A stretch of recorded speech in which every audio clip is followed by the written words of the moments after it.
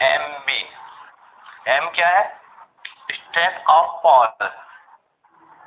ठीक है, minus sign जो आएगा वो डायरेक्शन को शो करेगा, ठीक है। तो बात करते हैं पहले साउथ पोल की। साउथ पोल की स्ट्रेंथ कितनी है, माइनस के एम, ठीक है। तो यहाँ पे जो फोर्स वर्क कर रहा होगा F equal to M B, लेकिन किस डायरेक्शन में, बाहर की ओर, ठीक है, अपोजिट डायरेक्शन में। और इसकी कितनी प्लस, एक दूसरे के अपोजिट डायरेक्शन फोर्स वर्क कर रहा होगी F equal to M B.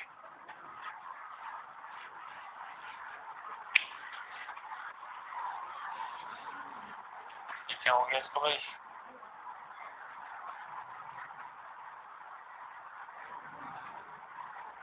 तो यहाँ पे साउथ पोल और नॉर्थ पोल में जो फोर्स वर्क कर रहा है वो है आपका F equal to M B, लेकिन एक पे आपकी स्ट्रेंथ पॉजिटिव है, एक पे आपकी स्ट्रेंथ नेगेटिव है, तो दोनों फोर्स एक दूसरे के अपोजिट डायरेक्शन में वर्क कर रहे होगी, ठीक है। तो नेट फोर्स कितना हो गया,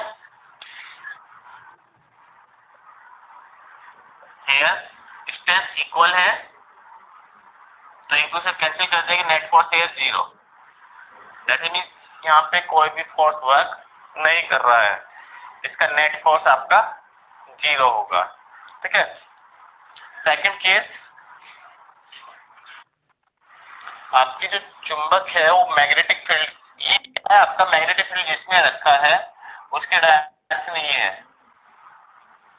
अब आपकी चुंबक क्या है, मैग्नेटिक फील्ड जो जिसमें रखा है उसके परपेंडिकुलर डायरेक्शन में, this south pole, this is north pole, 90 degree का एंगल बना रहा है,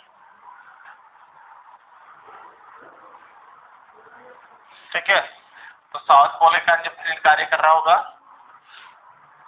sorry, this is the north pole and this is south pole, ठीक है। तो यहाँ पे जो आपका फोर्स वर्क कर रहा होगा F इक्वल टू, मान लेते हैं इसकी स्ट्रेंथ M1 है, इसकी स्ट्रेंथ भी आपकी M1 है, ठीक है। तो F इक्वल टू M1B, और हेयर नेगेटिव होगी माइनस M1, अपोजिट डायरेक्शन में F इक्वल टू M1B, ठीक है। सिमिलरली हम कह रहे हैं कि ये किसी एंगल पे है, यहाँ पे कितना था 90 डिग्री एंगल था, यहाँ पे थीटा इक्वल टू 0 और यहाँ से 90 डिग्री, हम कह रहे हैं थीटा की वैल्यू कोई वैल्यू है, तो this is the angle theta,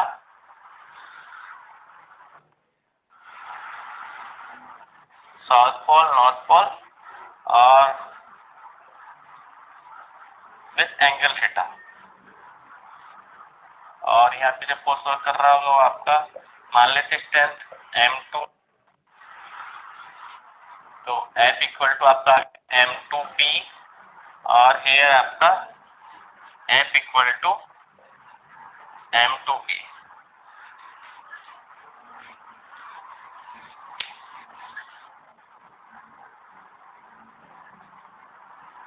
तीन कंडीशन हमने बनाई है, ठीक है। एक क्या है, यहाँ पर थीटा आपका 0 डिग्री है, यहाँ थीटा आपका 90 डिग्री है, यहाँ थीटा आपका कोई वैल्यू एडजस्ट कर रहा है, जो भी होगी एवरीथिंग, ठीक है। तो फर्स्ट केस में क्या है कि आपका नेट फोर्स कितना हो गया, 0। सेकंड केस में हमने कहा कि जब ये थीटा इक्वल टू 90 डिग्री है तो क्या है आपका this force and this force एक दूसरे के अपोजिट डायरेक्शन में है, ठीक है, लेकिन दोनों का एक्सिस सेम नहीं है, दोनों का एक्सिस सेम नहीं है, इसलिए दोनों एक दूसरे को कैंसिल नहीं कर सकते, ओके। तो this is like a magnetic dipole, और क्या होगा, एक दो फोर्स एक दूसरे के अपोजिट डायरेक्शन में वर्क कर रहे हैं, तो एक कपल बनाएंगे, कपल, एक बल्लिगुम बनाएंगे, और उस बल्लिगुम के कारण क्या होगा, क्या होता है बल्लिगुम के कारण, F गुणा टाउ जनरेट होगा, बल आघूर्ण, M गुणा यहाँ पे तो टाउ बराबर F इनटू R, यहाँ पे एक टाउ जनरेट होगा in this case and in this case. दोनों में क्या है कि आपका m into b, दोनों में आपके फोर्स कैंसिल नहीं करेंगे, क्या करेंगे इसको रोटेट करने की कोशिश करें, क्योंकि एक कपल बना रहे, कपल के कारण जो टाउ होगा वो होगा टाउ इक्वल टू क्या होता है, कोई भी फोर्स है और परपेंडिकुलर डिस्टेंस है d, perpendicular distance, यही होता है ना। yes sir, ओके, तो आपका हो जाएगा F equal to M B into perpendicular distance कितनी होगी भाई,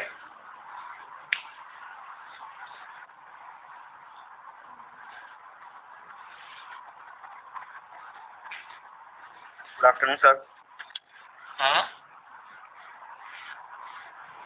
good afternoon sir, good afternoon बोलो, कुछ कह रहे हो। no sir, नो सर, मान लेते हैं जो आपकी चुंबक है उसकी जो लेंथ है वो 1 यूनिट है, 1 यूनिट, ठीक है। तब क्या होगा, परपेंडिकुलर डिस्टेंस कितनी आएगी, जैसे angle theta, yes sir, okay, तो क्या आएगा sine theta equal to this is perpendicular, मान ले इसको बोलते हैं A B upon length of magnet, हमने इसको बोला 1 यूनिट, ठीक है। तो परपेंडिकुलर डिस्टेंस को हम रिप्लेस कर सकते हैं बाय साइन थीटा से। तो दोबारा समझाओ सर, फोन में आया ये ऐसा होना हमने कहा कि जो मैग्नेट है उसकी लेंथ 1 यूनिट है, L इक्वल टू 1 कह दिया हमने। तो बोर्ड साफ कर दीजिए, और साफ कर दो, डायग्राम में समझा दीजिए सर।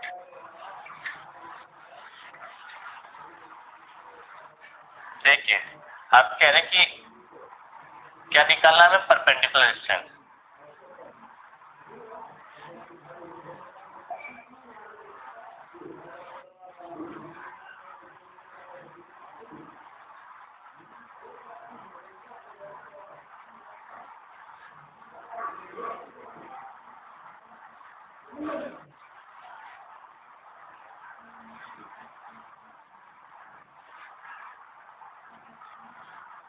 इस एंगल थीटा, और हमने बोला कि डिस्टेंस आपकी 1 यूनिट है, L इक्वल टू 1 बोल कह दीजिए, ठीक है। हमें ये कैलकुलेट करना है, तो साइन थीटा इक्वल टू क्या होता है, लंबा, हमने बोला है कि आपका मान लीजिए ए बी है, तो ए बी अपॉन कर्ण कितना है एल, एल को बोला आपने 1 है तो 1, तो आपसे परपेंडिकुलर डिस्टेंस कितनी आ गई साइन थीटा, ओके। तो आपका टाउ आ गया एम बी साइन थीटा, और टाउ क्या एक वेक्टर क्वांटिटी है, तो वेक्टर फॉर्म में क्या लिखेंगे, M cross B, M cross B, M cross B मतलब एम बी साइन थीटा।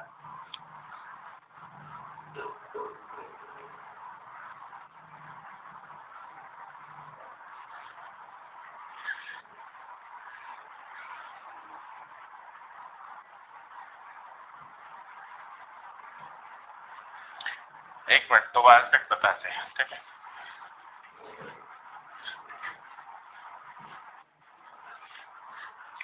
ये होगी आपकी 2a,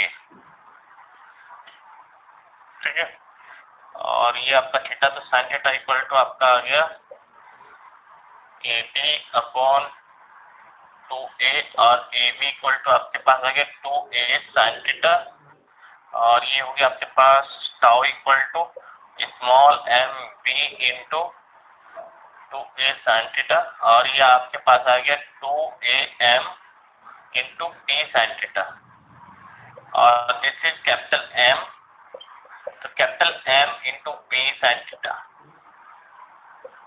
इतना होगा।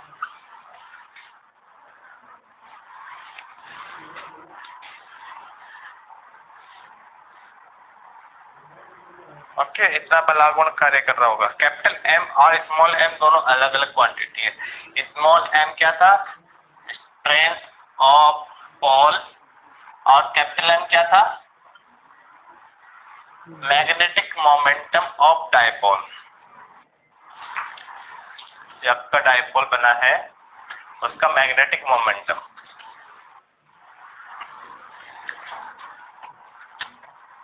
सर एक बार बता दीजिए, ऊपर से समझ नहीं आया।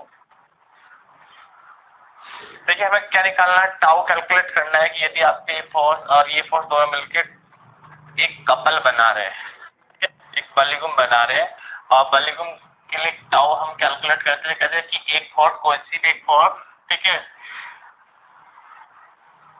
एम बी, हियर M2 छोड़ दीजिए, खाली M लिख लीजिए, एम बी इनटू क्या था? Perpendicular distance. परपेंडिकुलर डिस्टेंस आपकी आएगी 2a sin theta, a sin theta, दोनों मल्टीप्लाई ये आएगा 2am।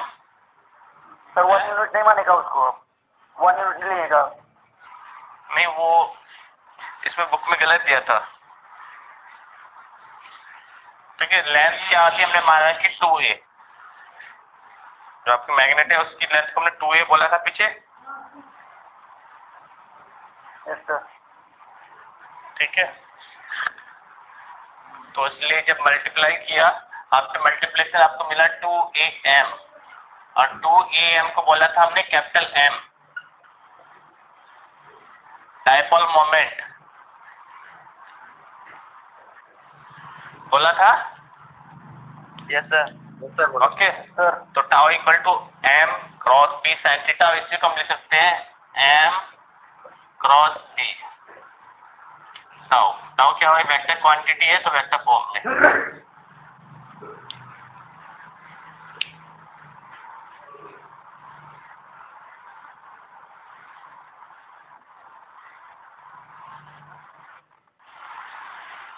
Okay, similarly potential energy find कर सकते हैं, कितनी होगी? पोटेंशियल एनर्जी का फॉर्मूला आपका होगा U equal to M B cos theta,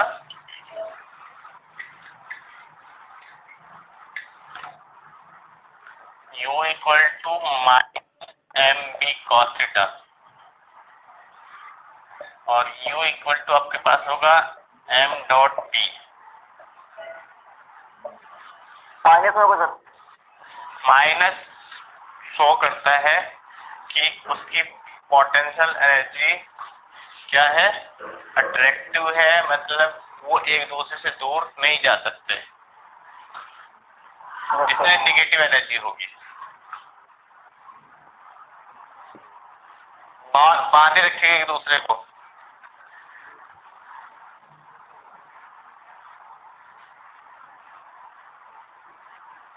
okay,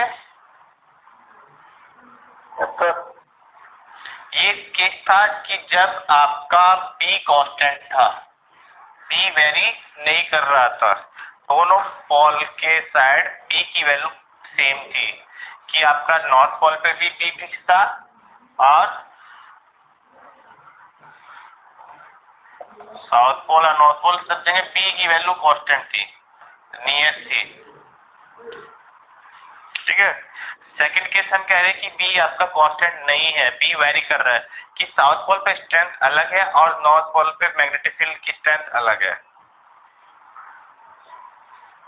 समझ में आ रहा है क्या कह रहे हैं? सर कि आपका जो B है वो साउथ पोल पे अलग है और नॉर्थ पोल पे अलग है। ठीक है, लाइक कि आपके पास एक मैग्नेट है, this is the south pole and this is the north pole, और जो आपका मैग्नेटिक फील्ड है वो लाइक है।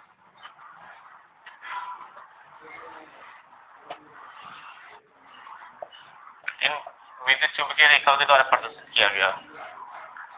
ठीक है, तो यहाँ पे मैग्नेटिक फील्ड की अलग वैल्यू होगी, मान लेते B1 और ये है आपकी B2। ठीक है, जो नॉर्थ पोल है वहां पे क्या है?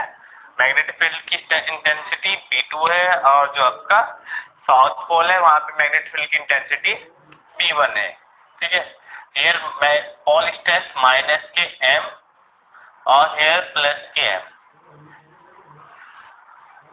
ठीक है, तो यहाँ पे जो फोर्स वर्क कर रहा होगा साउथ पोल पे कितना होगा? अभी बताया था mg, तो m into B1 M B sine theta कहाँ बताया था? वो तो टाउ बताया था, टाउ इतना होगा। ठीक है, सिमिलरली नॉर्थ पोल पे कितना होगा? ये एफ साउथ बोल देते हैं, एफ नॉर्थ कितना होगा? M B to. ओके,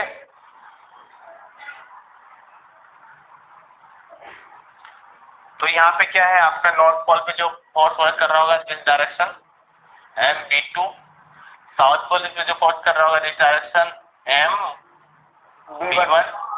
तो क्या है दोनों इक्वल नहीं है तो एक दूसरे को कैंसिल नहीं करेंगे। ठीक है, तो यहाँ पे नेट मैग्नेटिक फील्ड होगा at net, sorry magnetic force होगा एफ नेट इक्वल टू कितना? F N minus F S M B two minus M B one.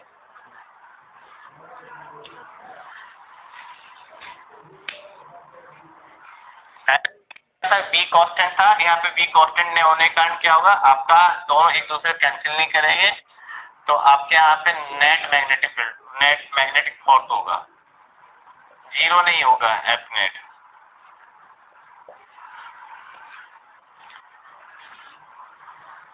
इसको बोल सकते हैं in non uniform magnetic field. यदि आपकी magnet non uniform magnetic field में रखी है,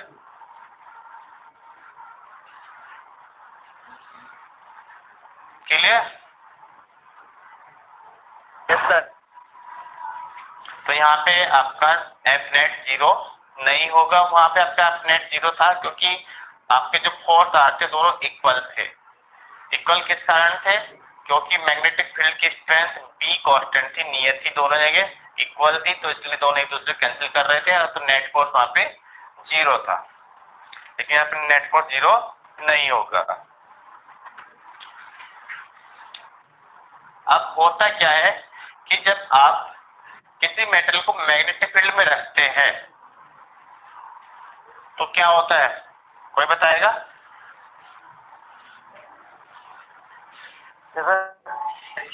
आपने कोई मेटल है आपके पास, उसको मैग्नेटिक फील्ड में रखा, जैसे मान लीजिए आयरन मेटल है, आयरन मेटल को आप मैग्नेटिक फील्ड में रखते हैं तो क्या होता है? आकर्षण करोगे, आकर्षण करता है। आकर्षण क्या कारण है?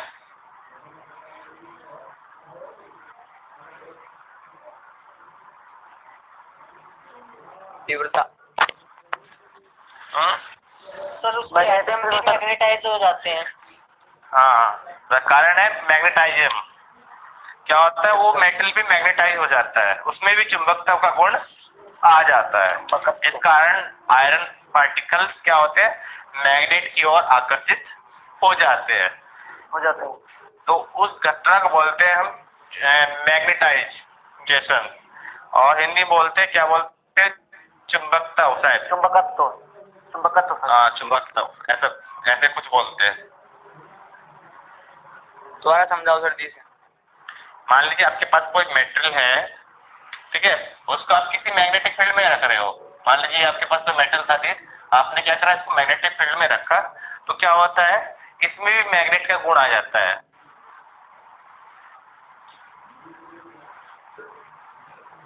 ये भी मैग्नेटाइज हो जाएगा आपका मटेरियल। ठीक है, इस घटना को बोलते हैं आप मैग्नेटाइजेशन या चुंबकता, जो इसमें चुंबक का गुण आने के कारण। ठीक है, और ये चुंबकता गुण आपका टेम्परेरी भी हो सकता है, परमानेंट भी हो सकता है।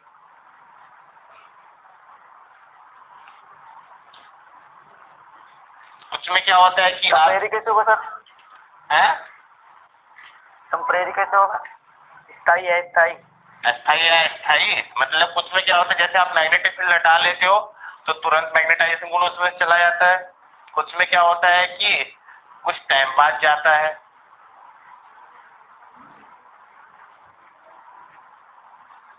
टेम्परेरी से मतलब है कि जैसे मतलब आपने मैग्नेटिक फील्ड रिमूव किया, तुरंत उस मेटल से भी मैग्नेटिक फील्ड हट गया, वो उसमें चुंबकता गुण उससे भी चला गया, ठीक है।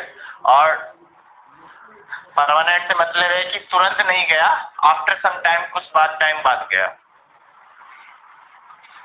जाएगा तो सब में से, ठीक है। लेकिन कुछ में क्या होगा, जल्दी चले जाता है, कुछ में लेट में जाता है। Okay okay sir. और इसी घटना को बोलते हैं मैग्नेटाइज्म, चुंबक का गुण आना।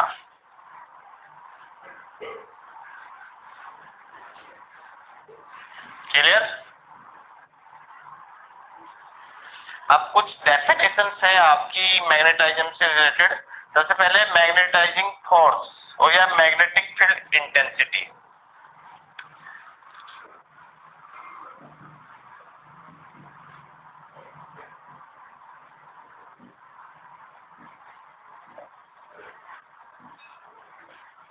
फोर्स या इसे बोलते हैं magnetic field intensity.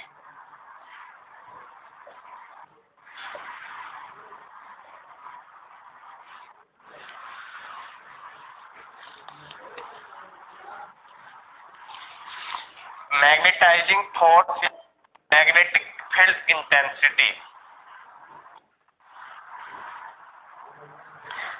Magnetic field intensity आपकी होती है कि ये आपकी एबिलिटी होती है कि आप किसी मैग्नेटिक फील्ड में किसी रख रहे हो तो इसमें कितनी सामर्थ्य है उस मेटल को मैग्नेटाइज करने की, उस मेटल की एबिलिटी को चेक करती है।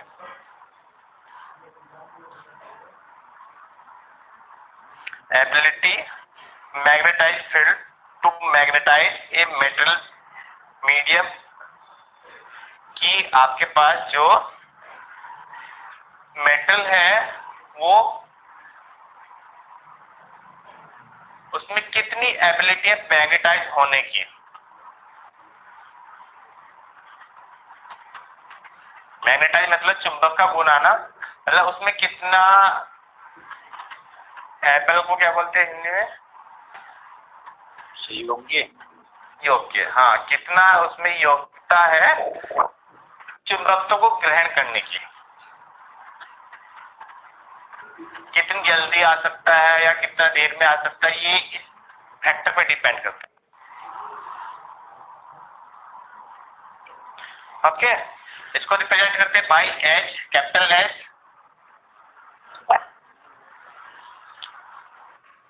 वेक्टर क्वांटिटी होती है और इसकी यूनिट होती है आपकी ampere metre, ampere per metre, प्रति मीटर, एम्पेयर पर मीटर,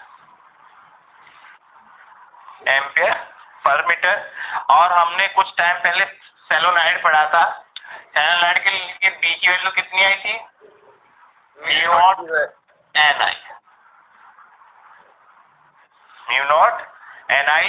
यहाँ पे जो एन आई है वो है आपकी H, B equal to mu naught H.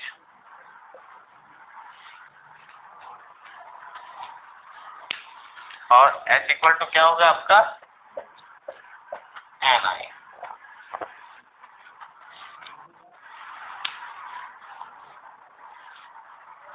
मतलब कितनी एबिलिटी है मैग्नेटाइज करने की उस मेटल को मीडियम में। नेक्स्ट है आपका मैग्नेटाइजेशन या इंटेंसिटी ऑफ मैग्नेटाइजेशन।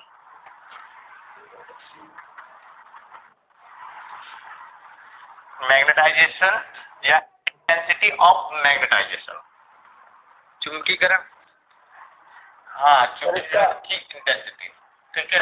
ये magnetic field intensity, magnetic field intensity, और ये आपकी है magnet intensity of magnetisation.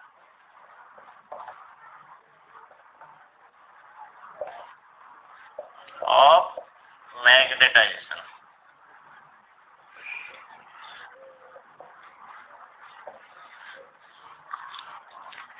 Intensity of magnetisation को रिप्रेजेंट करते हैं कैपिटल आई से, capital I equal to capital M upon V, यानी कि जो उसका डायपोल मोमेंट होगा पर यूनिट वॉल्यूम,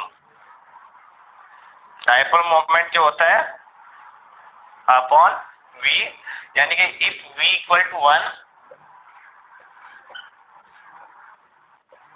तब I इक्वल टू m, यही होगा ना? Yes sir. ओके, तो इंटेंसिटी ऑफ मैग्नेटाइजेशन होता है आपका magnetic dipole moment per unit volume. Sir ये एफ बी बराबर क्या लिखा आपने? एफ बी कहाँ पे? If v equal to 1 metre cube, volume आपका 1 यूनिट है, तब I इक्वल टू m होगा, यानी कि इंटेंसिटी ऑफ मैग्नेटाइजेशन इक्वल होगा किसके? मैग्नेटिक डायपोल मोमेंट के। कब? जब वॉल्यूम 1 यूनिट है।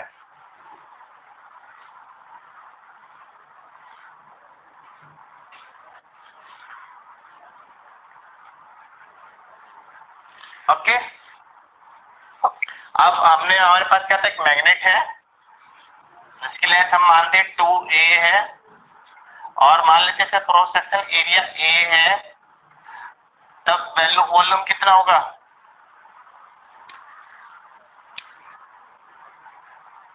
v बराबर a गुणा 2, v बराबर a गुना 2a, और m की वैल्यू कितनी होती है? m बराबर स्मॉल m गुणा 2a। ओके, दोनों वैल्यू पुट कर लो।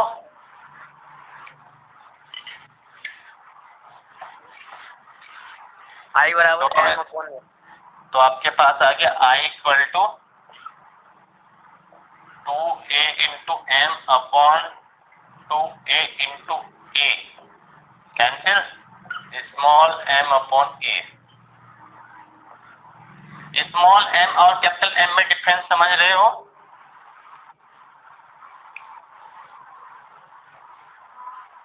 स्मॉल m क्या है?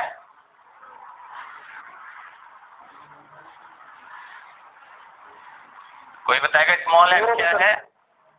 ध्रुव का मोमेंट है सर। हाँ, जो ध्रुव बने, जो पोल बने हैं, उनकी स्ट्रेंथ है, स्ट्रेंथ, सामर्थ्य। और कैपिटल M क्या है? Dipole moment. डायपोल मोमेंट, ठीक है। ओके, थर्ड जो प्रॉपर्टी है वो आपकी magnetic susceptibility, magnetic susceptibility, magnetic, चुंबकीय संवेदनशीलता। हाँ, ससेप्टिबिलिटी।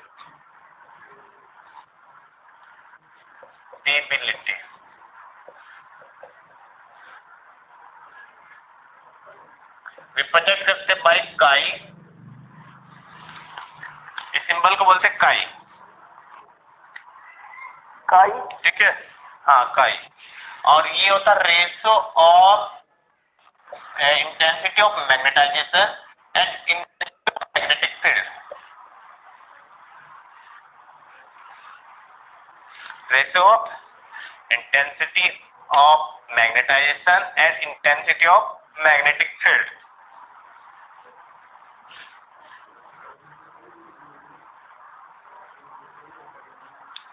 और किसी मीडियम की बात करें तो काई एम।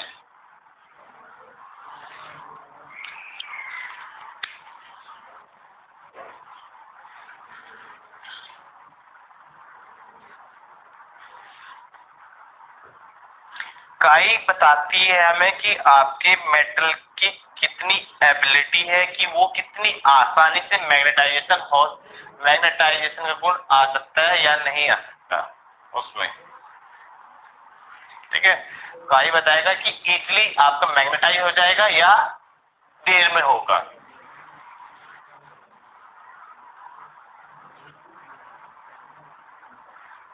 काई की वैल्यू फॉर पैरामैग्नेटिक मटेरियल और फेरोमैग्नेटिक मटेरियल, काई आपका और पैरा एंड फेरो, इन दोनों मेटेरियल के लिए काई की वैल्यू पॉजिटिव होती है। Chi positive for paramagnetic material, ferromagnetic material, and chi M negative for diamagnetic material.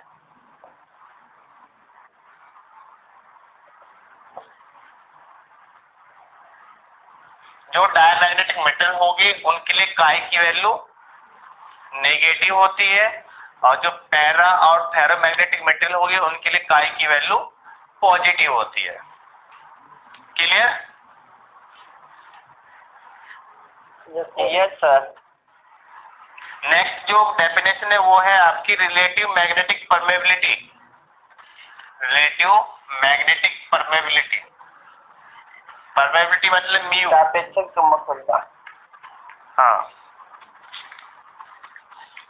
Relative magnetic permeability,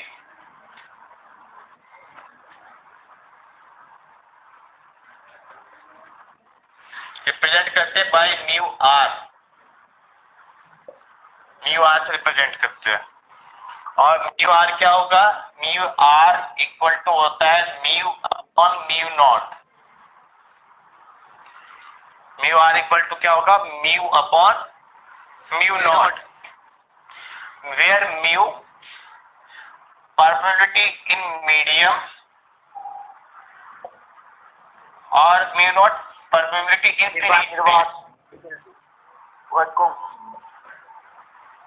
free space.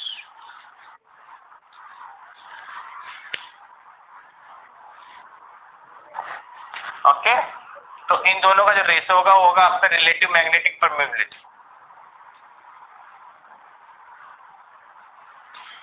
और काई और म्यू आर में जो रिलेशनशिप है वो होती है आपकी कि mu R equal to 1 plus chi M. Chi M.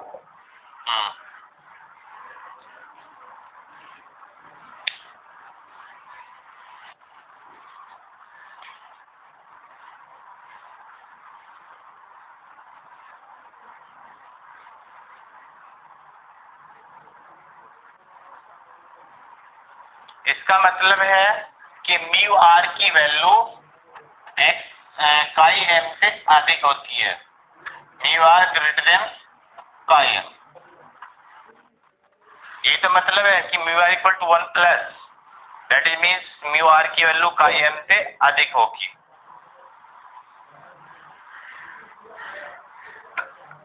Clear? Yes sir. तो ये कुछ छोटी छोटी डेफिनेशन थी जो आपकी रिलेटेड थी मैग्नेटाइजेशन से।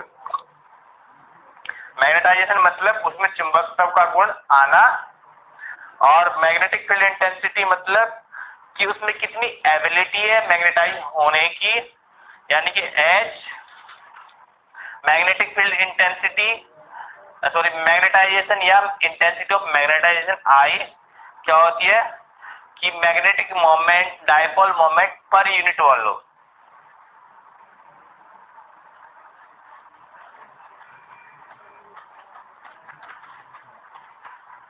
Magnetic susceptibility, ratio of I and H,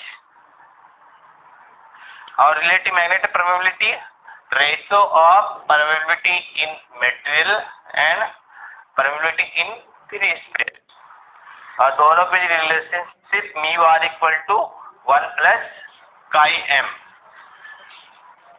ये छोटी छोटी डेफिनेशन थी जो आगे काम आएगी। नेक्स्ट है गॉस लॉ फॉर मैग्नेटाइजेशन। हमने इलेक्ट्रॉनिक्स के लिए गॉस लॉ पढ़ा था, क्या था सर? फाइव बराबर क्यू पर epsilon 0। Q upon epsilon naught. 1 by epsilon naught 0।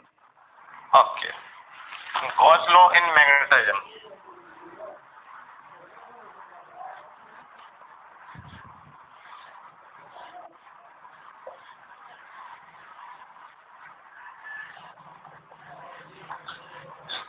Electronics में क्या था? Phi equal to Q upon epsilon naught, और इसी को लिखते थे linear integral E dot dA। ये था ना?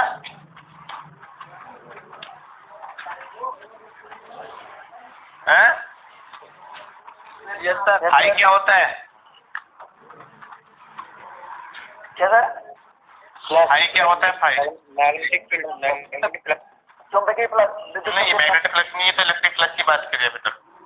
विद्युत फ्लक्स सर। हाँ, ठीक है। तो according to Gauss law in electronics क्या कहता है कि जो विद्युत फ्लक्स होगा वो आपका इतना होगा, Q अपॉन एप्सिलॉन नॉट। इतना ही था ना? Yes sir. अब बात करते हैं इलेक्ट्रिक डायपोल की। इलेक्ट्रिक डायपोल मतलब एक पे आपका डायपोल होगा, दो पोल होंगे, एक पे आपका पॉजिटिव चार्ज होता है, दूसरे पे आपका नेगेटिव चार्ज होता है। This is electric dipole. ठीक है, तो नेट चार्ज कितना हो गया? क्यू नेट सर माइक आप करवा दीजिए। For dipole. ये माइक ऑफ कर लो, किसका ऑन है? कोमल।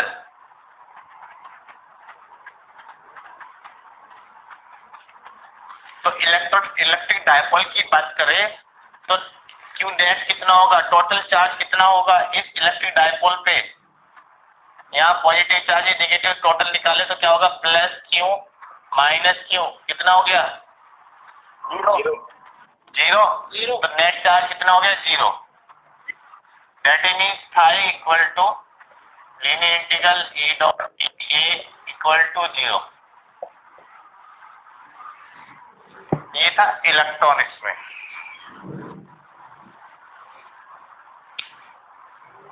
ठीक है, यस सर। अब बात करते हैं in case of magnetization, phi B कितना था? Linear integral B dot A D A था सर। है, डीए था। डी कर लो स्मॉल के लिए। हाँ, तो इंटीग्रेशन करें तो डेरिवेटिव तो चाहिए DA।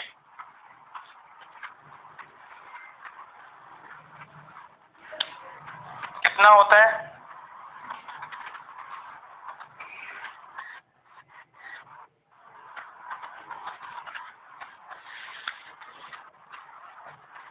मी naught M,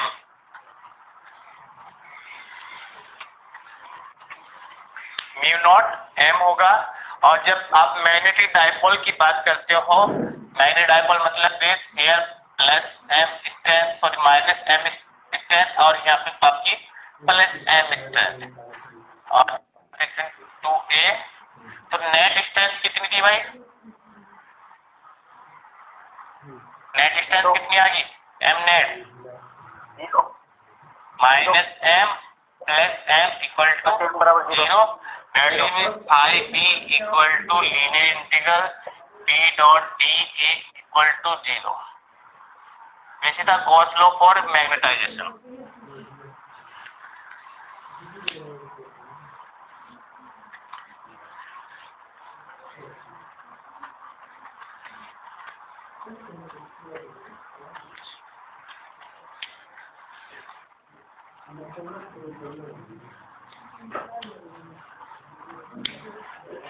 sorry, linear integral नहीं है, ये आपका सरफेस इंटीग्रल है।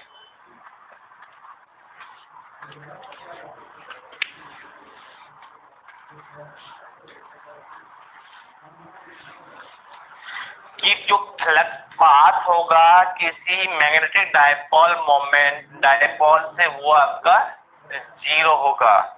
ये कहता है आपका Gauss law in magnetisation.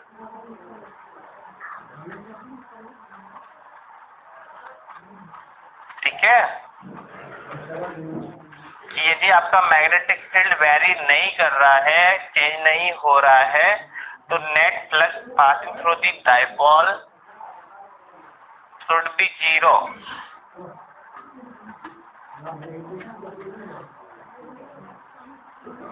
Okay, okay, yes sir. Phi B equal to 0। अब जो छोटी छोटी डेफिनेशन हमने बात करी, इन्हीं के बेस पे हम बात करेंगे क्लासिफिकेशन ऑफ मैग्नेटिक मटेरियल। जो मैग्नेटिक मटेरियल होते हैं वो क्लासिफाई करेंगे कि कौन सा मटेरियल कौन सा होता है। ठीक है, मैग्नेटिक मटेरियल आपके 3 टाइप के होते हैं, डायमैग्नेटिक मटेरियल, पैरामैग्नेटिक मटेरियल और फेरोमैग्नेटिक मटेरियल। सुने होंगे आप सभी ने? Yes sir. Yes sir. Okay, diamagnetic material कौन से होते हैं? सर प्रति चुंबकीय पदार्थ बोलते हैं। होते क्या है? मैग्नेटिक फील्ड में मैग्नेटाइज नहीं होती। डायमैग्नेटिक मटेरियल वो मटेरियल होते हैं जिनको किसी मैग्नेटिक फील्ड में रखते हैं। प्लीज माइक ऑफ कर लो। तो डायमैग्नेटिक मटेरियल वो मटेरियल हो गए जिनको किसी मैग्नेटिक फील्ड में रखते हैं। तो क्या होता है, वो मटेरियल आपके मैग्नेटाइज नहीं होते हैं, और होते भी है तो हल्के फुल्के बहुत कम मात्रा में, और जिस फील्ड में रखा गया है उसके अपोजिट डायरेक्शन में मैग्नेटाइज हो जाते हैं, लेकिन बहुत कम मात्रा में।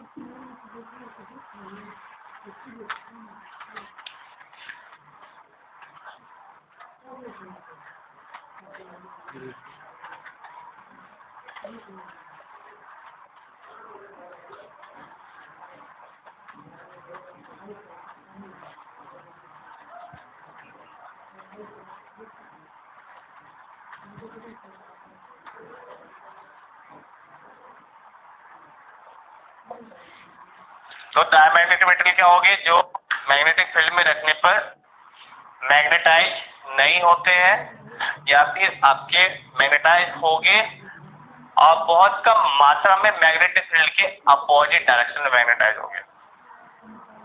सर अपोजिट डायरेक्शन का मतलब सर क्या होगा इसमें?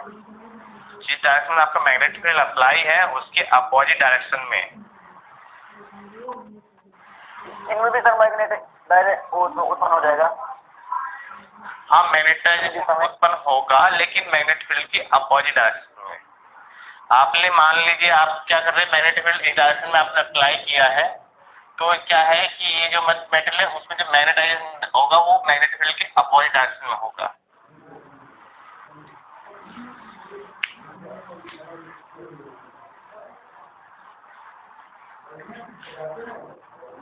ओके, कुछ एग्जांपल है आपके डायमैग्नेटिक मटेरियल के, जैसे आपका copper, gold, silver, bismuth, zinc, lead, water, mercury, air, hydrogen, water. पानी भी आपका डायमैग्नेटिक मटेरियल है, गोल्ड भी आपका, कॉपर भी आपका, silver, bismuth, zinc, lead, hydrogen भी। हाइड्रोजन, सर एयर भी। एयर भी, ऑक्सीजन भी, मरकरी। सॉरी एयर, मरकरी भी एयर भी हो सकती है सर। है। एयर भी हो सकती है। हाँ, एयर भी हो सकती है। होती है। हवा होती नहीं है? सर हवा होती है। तो कुछ प्रॉपर्टी मैग्नेटिक मटेरियल की क्या क्या प्रॉपर्टी होती है, यदि आप किसी मैग्नेटिक मटेरियल को किसी मैग्नेटिक फील्ड में लटकाते हैं, ठीक है, मान लीजिए आपके पास ये आपका नॉर्थ पोल है, ये आपका साउथ पोल है, ठीक है, आपने क्या किया, आप डायमैग्नेटिक मटेरियल लिया और उसको फिर लटका दिया, तो वो क्या होगा, ना तो डायरेक्शन में रुकेगा, क्या होगा, बिल्कुल इन दोनों के परपेंडिकुलर डायरेक्शन में रुकेगा, इस डायरेक्शन में। सर डायमैग्नेटिक मेटल को लटकाया सर? हाँ, ये रिप्रेजेंट कर रहा है कि आपके जो डायमैग्नेटिक मेटल है वो नॉर्थ पोल या साउथ पोल से रिपील होंगे, ठीक है, दूर जाएंगे, पास नहीं आएंगे।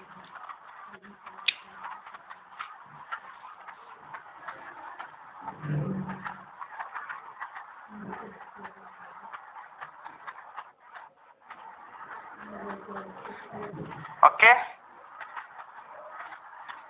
सेकंड प्रॉपर्टी, यदि आपके पास कोई डायमैग्नेटिक मेटल है, उसको आप किसी क्यूब में लेकर, किसी प्याले में लेकर किसी मैग्नेटिक फील्ड में रखते हैं, तो क्या होता है कि मान लीजिए आपके पास ये नॉर्थ पोल, ये साउथ पोल है, नॉर्थ एंड साउथ पोल। आपने क्या किया, एक प्याला लिया, उसमें कोई मैग्नेटिक मेटल रखा, ठीक है। तो क्या होता है, आपका जो डायमैग्नेटिक मेटल होता है वो क्या होगा, बीच में से ऊपर उठ जाएगा और किनारों से दब जाएगा, लाइक दिस।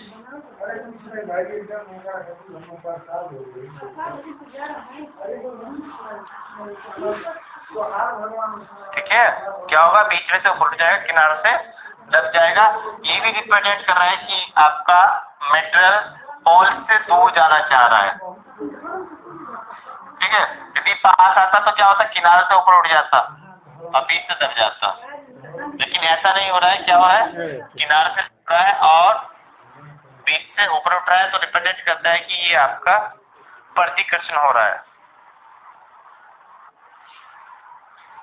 या फिर आपके पास कोई डायमैग्नेटिक मेटेरियल का है, लिक्विड रूप में है, आप उसको यू टाइप की नली में रखते हो और कोई मैग्नेटिक फील्ड अप्लाई करते हो, तो क्या होगा, ये लिक्विड आपका यू ट्यूब की नली में नीचे उतर जाता है।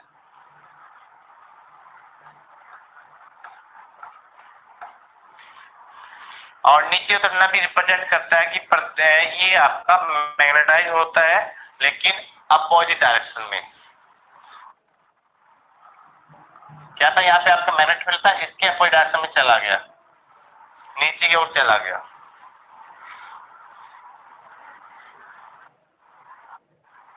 ओके,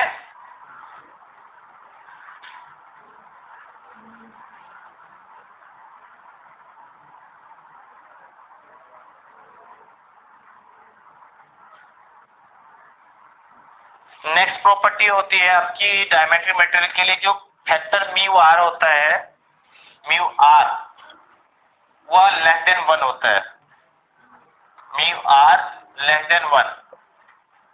और आपके पास था mu R equal to 1 plus chi M, यानी काई एम इक्वल टू हो गया आपका म्यू आर माइनस 1।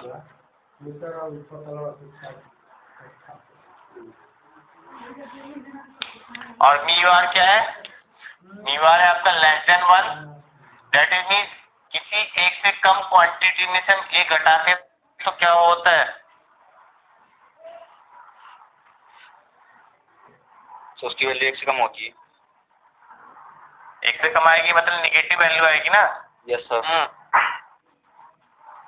यदि हम कह रहे हैं हम एक घटा रहे हैं, आधे में से माइनस अब कितना आएगा,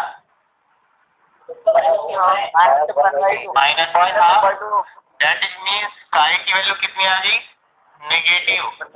तो for diamagnetic material, for dia chi negative होता है, काई की वैल्यू नेगेटिव होगी for diamagnetic material. And for perfect diamagnetic material, जो परफेक्ट डायमैग्नेटिक मटेरियल होता है उसके लिए म्यू आर की वैल्यू 0 होती है और काई एम आपको होगा माइनस के 1।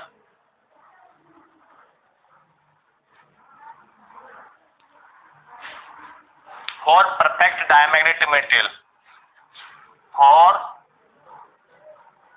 परफेक्ट डायमैग्नेटिक मटेरियल, जो परफेक्ट डायमैग्नेटिक मटेरियल होता है उसके लिए इतनी वैल्यू होती है, म्यू आर इक्वल टू 0 और काई एम आपका माइनस के 1, जिसका एग्जांपल है आपका सुपर कंडक्टर।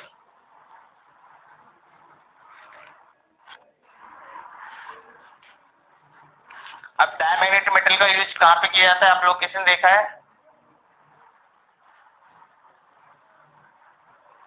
नहीं देखा सर।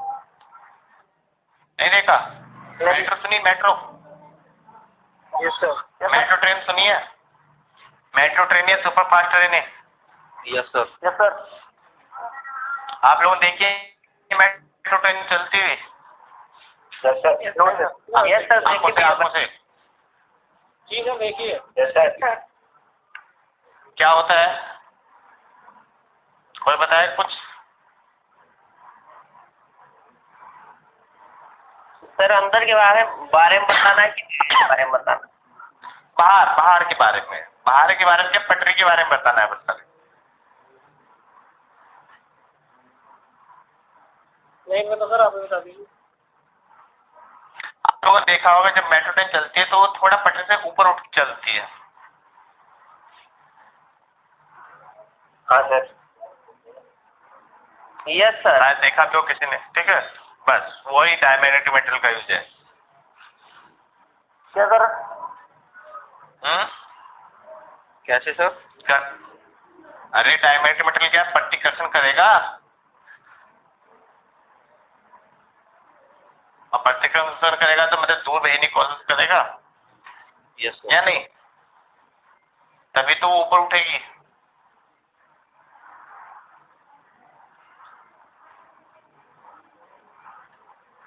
तो जो आपके सुपरफास्ट ट्रेनें होती है उनमें जो आपके लेविटेड यानी कि जो आपके उठाने वाले होते हैं वो डायमैग्नेटिक मेटेरियल के बने होते हैं,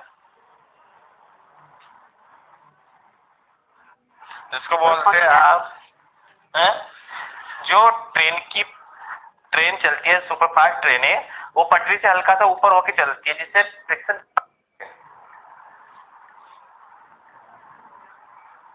आप पटरी से ऊपर उठाने के लिए क्या करते हैं, डायमैग्नेटिक मेटेरियल का यूज करते हैं।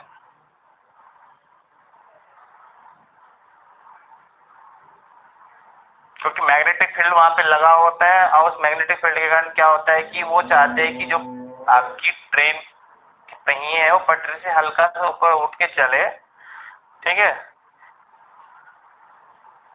जिससे घर्षण कम लगे। तो उसके लिए आपको वहां पे डायमैग्नेटिक मटेरियल चाहिए।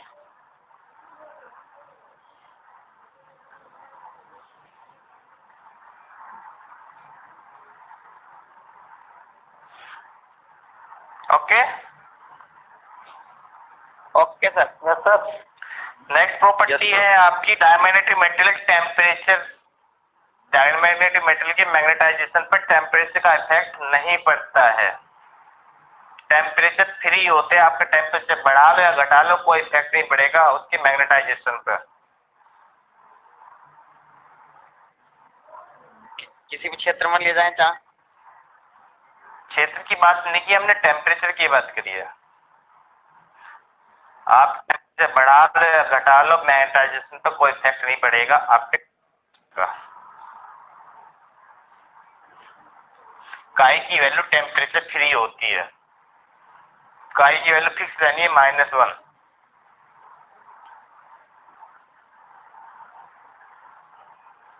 ओके। सेकंड टाइप में आपके मेटल है paramagnetic material.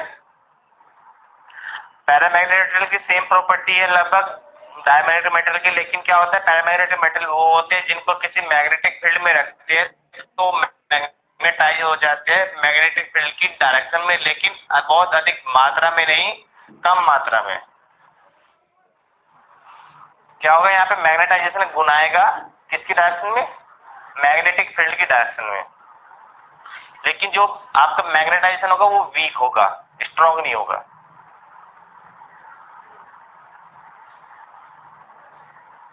Clear?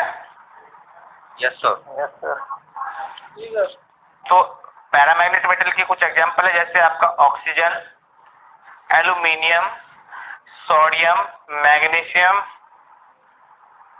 Tungsten, copper chloride, platinum आदि। ये कुछ एग्जांपल है आपके पैरामैग्नेटिक मटेरियल के। आपको जो पेपर ऑब्जेक्टिव आना है यहाँ से क्वेश्चन पूछा सकता है कि कौन सा मटेरियल कौन सा प्रकार का है, पैरा, पैरा या डाया, या फिर कोई एग्जांपल बताइए। ठीक है, अब बात करते हैं प्रॉपर्टीज की। प्रॉपर्टीज क्या, जैसे पहले हमने बताया कि आपके पास कोई पैरामैग्नेटिक मटेरियल की रोड है, उसको फ्रीली लटकाते हैं तो क्या होगा, नाप तो सर रहेगी। नॉर्थ और साउथ में लटकी रुकती है। हाँ, मतलब जो पोल है उसके अपोजिट डायरेक्शन में जाएगी। ठीक है,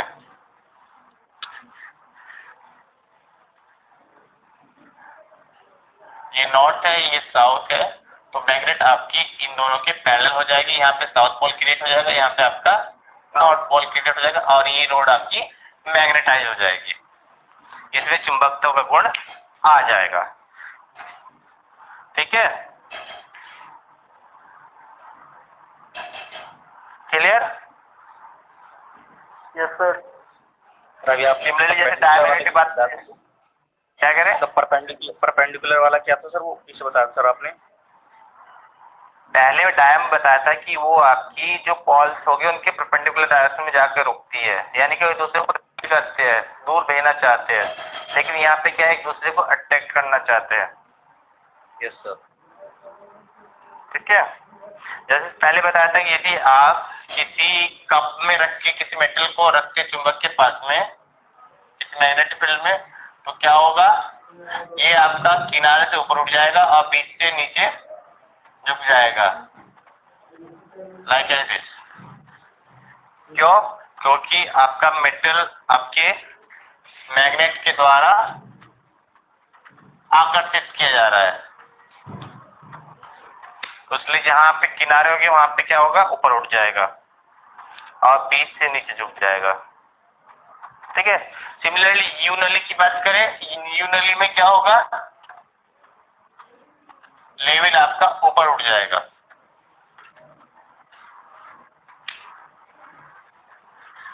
क्लियर? Yes sir. समझ में आ रहा है? Yes sir. यूनिली की बात करें, यूनिली में आपका कोई लिक्विड भरा है जो आपका पैरामेट्रियल है, तो क्या होगा, वो लिक्विड आपका चुंबक की ओर ऊपर उठ जाएगा। पहले में क्या था, नीचे दब रहा था, क्या क्या हो गया, उठ गया सरफेस। ठीक है, और नेक्स्ट प्रॉपर्टी की बात करें, यदि आपके पास कोई मैग्नेटिक मेटल है तो मैग्नेटिक फील्ड लाइन आपके मेटल के अंदर से होके पास होगी। डायर में क्या होता है, डायर में क्या होता है, आपकी मैग्नेटिक फील्ड लाइन आपकी चुंबक के अंदर से पास नहीं होती है, लेकिन यहाँ पे क्या है, आपकी अंदर से भी पास होगी।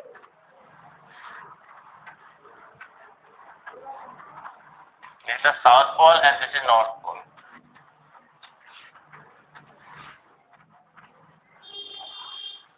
This is north and this is south. North से निकलती है साउथ पे जाती है, फिर साउथ से अंदर आती है। ठीक है, लेकिन यदि आपके पास डायमैग्नेटिक मेटल है तो उस मेटल के अंदर से चुंबकीय बल रेखाएं गुजरेगी नहीं, पास नहीं होगी।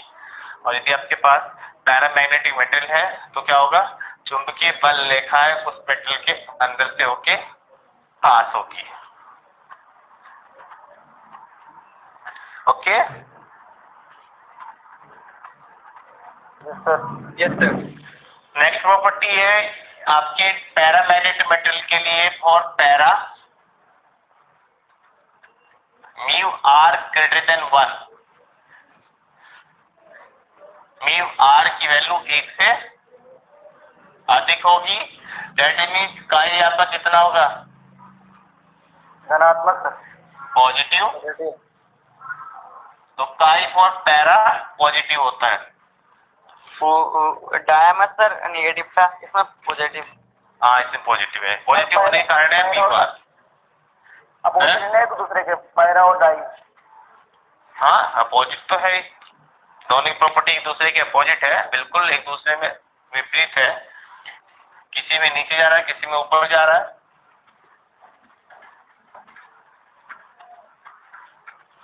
ओके, और ये जो काई है वो टेम्परेचर डिपेंडेंट है। काई proportional to, inversely proportional to temperature, इसको बोलते हैं क्यूरी लॉ।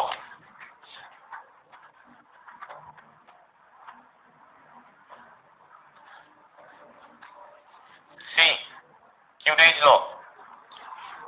कि जो काई होगा वो टेम्परेचर डिपेंडेंट होगा, कि जैसे जैसे टेम्परेचर बढ़ता है वैसे काई की वैल्यू क्या होती है, घटती है। ओके, सर और जैसे जैसे आपका टी घटेगा वैसे उससे काई आपका बढ़ेगा। बढ़ेगा। हाँ।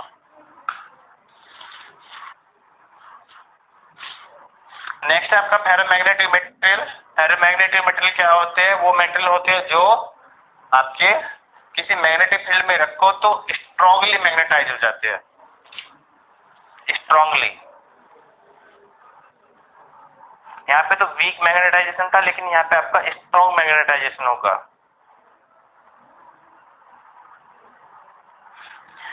जैसे फॉर एग्जांपल बात करें आयरन, निकिल, कोबाल्ट, ये कुछ एग्जांपल है आपके फेरोमैग्नेटिक मटेरियल के।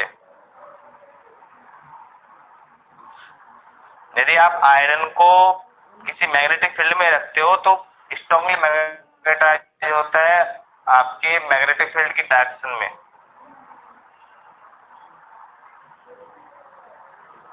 ओके, बाकी सभी प्रॉपर्टी लगभग आपकी पैरामैग्नेटिक मटेरियल के इक्वल है, समान है।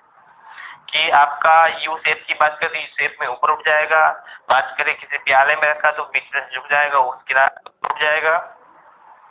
लेकिन यहाँ पे स्ट्रांगली होता है जो भी चीजें हो रही है, पैरा से अधिक जल्दी, अधिक ताकत में।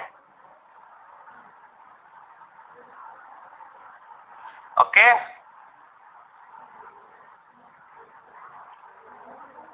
Yes sir. Okay sir.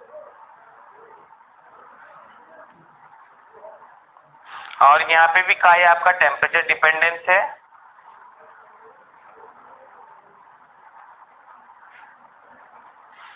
और यहाँ पे जो काई होता है, काई आपका होता है chi equal to 1 minus sorry chi equal to 1 minus T minus T T.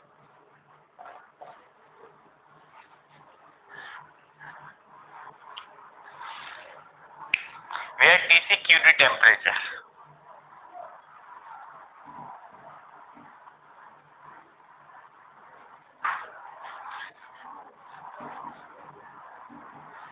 और इफ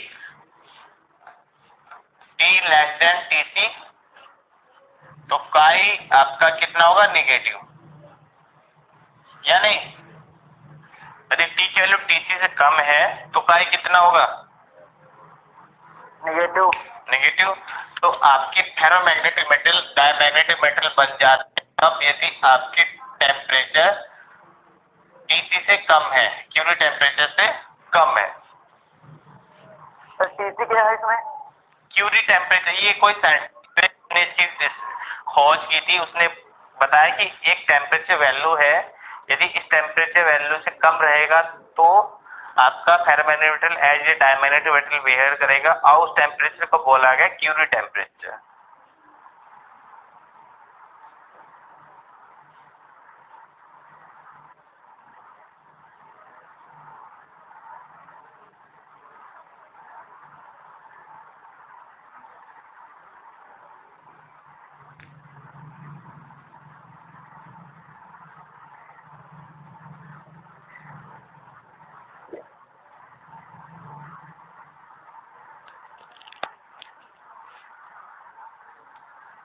सर जी 3:14 हो गए।